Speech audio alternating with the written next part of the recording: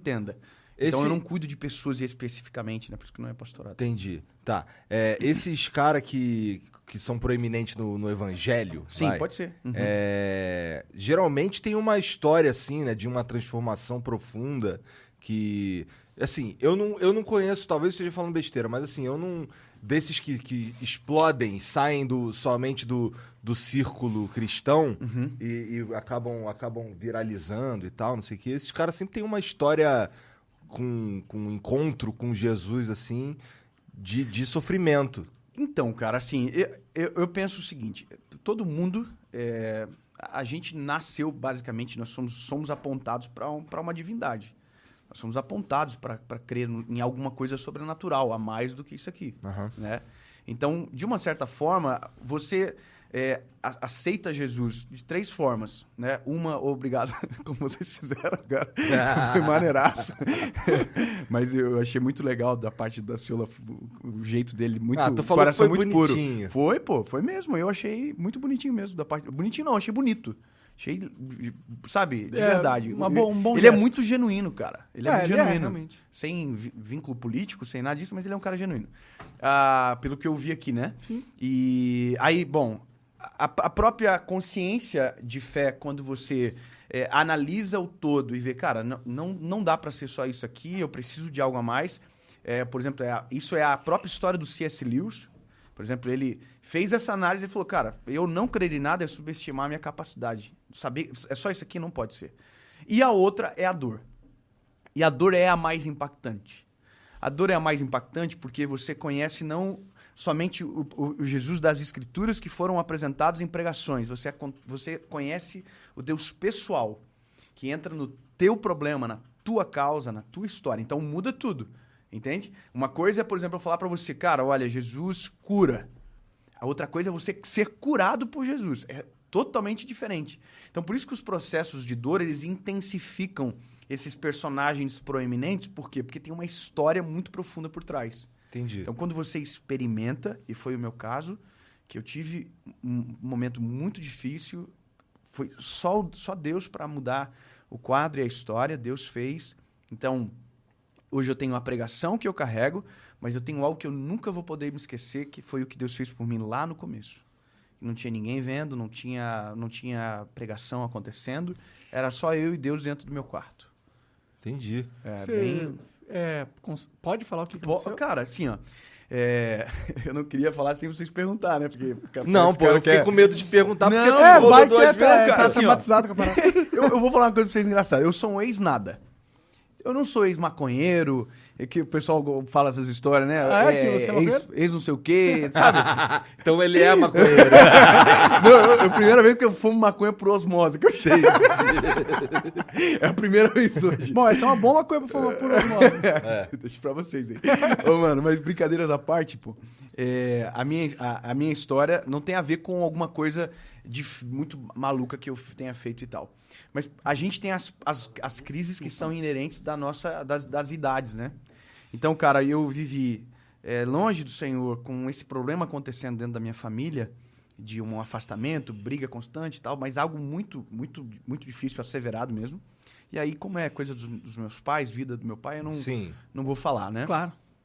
Mas, em resumo, meu pai teve uma quebra financeira muito grande. Tentaram matar o meu pai. Cara, pesadíssimo, assim. Pra nossa família foi muito difícil. Meu pai ficou desaparecido durante um tempo. Foi muito pesado para nossa família como um todo. Engraçado que, quando eu estava lá imerso na história, eu não via a magnitude do que estava acontecendo. Eu não tinha noção, porque eu era um garoto. Né?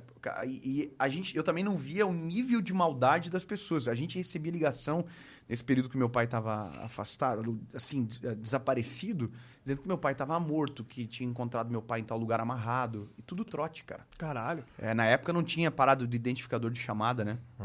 Então, tudo isso gerou consequências dentro da nossa família. Então, além do meu afastamento, a minha formação de caráter também ficou extremamente corrompida. E aí, cara, uma coisa errada é como um leme de um navio. Ele vai te levando para um outro caminho totalmente diferente do que você deveria estar. Então, quando eu cheguei nos meus 19 anos, cara, 19 anos, eu tava namorando há 2 anos com a minha esposa, o que é a minha esposa hoje, minha primeira namorada e a minha esposa. Um relacionamento terrível, cara, terrível, terrível, terrível, de muito ciúme, de muita briga, de muito desequilíbrio. Eu tava na faculdade na época, minha formação acadêmica é Direito, tinha acabado de entrar na faculdade e na minha cabeça eu tava no hype, né? Porque eu tinha ganhado um prêmio na época da faculdade, de garoto calouro e Da tal. hora. Tava fazendo propaganda de televisão e de rádio na época Ó, pra faculdade. massa. Eu tava me achando que eu tava no hype. Só que por trás havia um vazio muito grande. Havia um déficit muito grande. Então, por fora parecia que estava bem, mas por dentro estava morto. E eu tive essa sensação, essa percepção de realidade, cara, no dia 23 de abril de 2009. Foi uma quinta-feira. Eu me lembro que eu acordei pela manhã, cara, e naquele dia tudo que poderia acontecer de consequências somadas de uma vez só aconteceu comigo naquele dia. E aí são detalhes mais longos e tal. Mas resumindo, cara, o final desse dia, que foi pra mim o pior dia da minha vida e o melhor dia da minha vida, eu tava dentro da Câmara dos Vereadores, na época da nossa cidade, tava tendo uma audiência pública sobre algum tema na época. E eu me lembro de eu entrar dentro do banheiro da Câmara dos Vereadores, cara, colocar um monte de papel na boca, assim, pra gritar e ninguém ouvir, sabe? De tanta angústia, cara. E aquele dia foi, pra mim, um marco, porque eu saí dali, pensei em suicídio. Eu me lembro que os pensamentos, assim, eu tenho um rio na nossa cidade, que é um rio Cachoeira, o nome, é um rio poluído. E eu fiquei pensando, cara, se eu me jogar aqui, eu sei nadar, pô, eu não vou morrer. Aí pensei de me jogar na frente de um carro. Falei, cara, e se eu ficar paralítico? Pô, eu vou incomodar minha mãe e meu pai pelo resto da minha vida e não vou conseguir morrer. Pra entender o nível, né, do que estava passando dentro do meu coração. E aí, cara, naquele dia, eu procurei duas coisas. Eu procurei um irmão da igreja que passava por mim quando eu ia pro colégio. Ele passava por mim de bicicletinha cantando o hino, assim. Ele cantava o hino assim, caminhando eu vou para Canaã, pá. E um dia, eu sempre olhava ele quando eu era mais novo, olhava aquilo e falava assim, mano, que cara ridículo. Eu tô envergonhando a igreja, que coisa absurda. Olha só, eu achava aquilo ridículo. E no dia que a minha angústia se apresentou, eu me lembrei dele. Falei, cara, eu preciso daquele cara. Porque eu me lembro que ele passava por mim, porque ele ia ir orar num monte que tinha na nossa cidade e tal. E eu não encontrei ele, cara. Não encontrei ele. E eu sabe quando tu fica na rua andando assim, bem devagarzinho, pra tu ver se tu encontra o cara naquele trajeto, que é o trajeto normal? Não encontrei ele. E aí procurei a segunda coisa, uma igreja. Que foi a igreja que eu me criei na minha infância. É uma igreja de esquina na nossa cidade, assim. E eu fui ver se ela estava aberta pra ver se tinha algum pastor dentro pra conversar comigo. Cara, a igreja tava trancada. Não tinha ninguém. Tava fechada, mano. Era tarde também, né? E aí, cara, me restou ir pra casa e entrar no meu quarto, fechar a porta. Na verdade, não tinha porta. A nossa casa não tinha porta no meu quarto. Eu fui pro canto da cama, assim, bem no cantinho onde não dava pra ver da porta. Eu dobrei meu joelho e comecei a falar com Deus, cara. A oração mais sincera que eu fiz na minha vida. Sabe? Porque a oração, ela, às vezes, é uma... A gente tenta impressionar, parece Deus, a gente tenta rebuscar as palavras, como se, né? Cara, foi a oração mais simples da minha vida, foi a oração mais verdadeira. Eu nunca chorei tanto, acho, na minha vida como naquele dia. E eu disse uma coisa pro Senhor, eu falei, Deus, se o Senhor existe, se o Senhor é real, e se o Senhor tem um plano comigo realmente, que eu ouvia na minha infância, eu preciso que o Senhor entre na minha vida e o Senhor mude a minha história. Hoje, eu preciso que o Senhor fale comigo.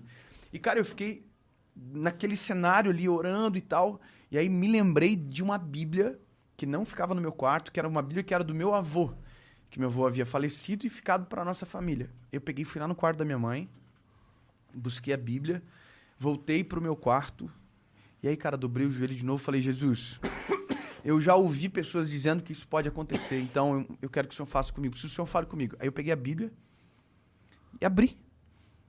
E abri em Salmo 116. Nunca tinha lido, nunca tinha aberto aquele texto, estava assim, ama o Senhor, porque Ele ouviu a minha voz e a minha súplica, porque inclinou para mim os seus ouvidos, por quanto invocá-lo enquanto viver. Cordéis da morte me cercaram, angústias do inferno se apoderaram de mim. Encontrei angústia e tristeza e disse, ó Senhor, livra minha alma. Bom é o Senhor, justo Ele é, Ele salva. Cara, era a minha história. Eu clamei ao Senhor, os cordéis da morte me cercaram, eu tive muita angústia. E aí eu comecei a chorar e falar, Jesus, o Senhor é real e tal, mas eu preciso que o Senhor fale comigo de novo. Eu preciso, Senhor, eu estou desesperado. Fala comigo de novo. Abri. Isaías 60. Levanta-te e resplandece, porque já vem a tua luz e a glória do Senhor vai nascendo sobre ti. Aquele dia, mudou minha vida para sempre, cara. Mudou meu relacionamento com a minha esposa, na época era minha namorada, mudou a minha forma de tratar os meus pais. Foi a mudança mais radical que eu experimentei na minha vida, cara. Diferentemente da religião que transforma o homem de fora para dentro, com paradigmas e com a própria história, Cristo ele transforma o homem de dentro para fora. Então é aquilo que a gente chama de metanoia, sabe? Quando muda de uma maneira tão radical que você não consegue explicar. Então foi isso que eu vivi. Eu desesperei, busquei socorro, encontrei o socorro. E a partir daquele dia, cara, eu fiquei tão incendiado por isso, e por isso que eu me tornei talvez um pregador do evangelho, porque a minha vontade era que todo mundo conhecesse aquilo.